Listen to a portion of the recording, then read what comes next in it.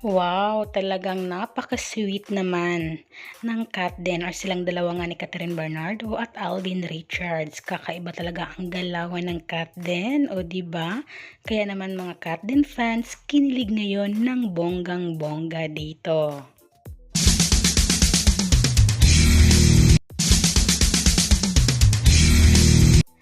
Hi guys! Narito nga ang latest update patungkol nga sa cat din or sa kanila nga ni Alden Richards at Catherine Bernardo. At ito nga guys, super busy nga ang nag-iisang Alden Richards dahil sunod-sunod nga ang kanyang concert na nanggaling sa USA hanggang sa Canada.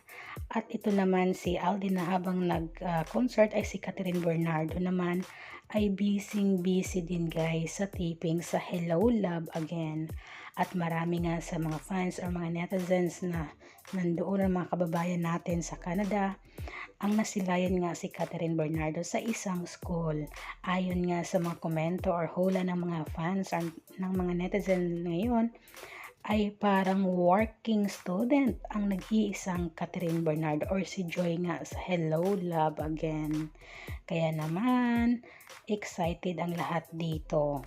At dito na nga guys sa latest video na ibinahagi ngayon ni Derek Cate sa kanyang social media account sa TikTok, kung saan isang video nga ang pagbate or isang video nga ang sinabi doon ng cat din patungkol nga sa product na binibenta ni Derek Cate. Yun nga sa kanyang TikTok account ay talagang may sweeties or pa-sweeties nga ang cat din dito.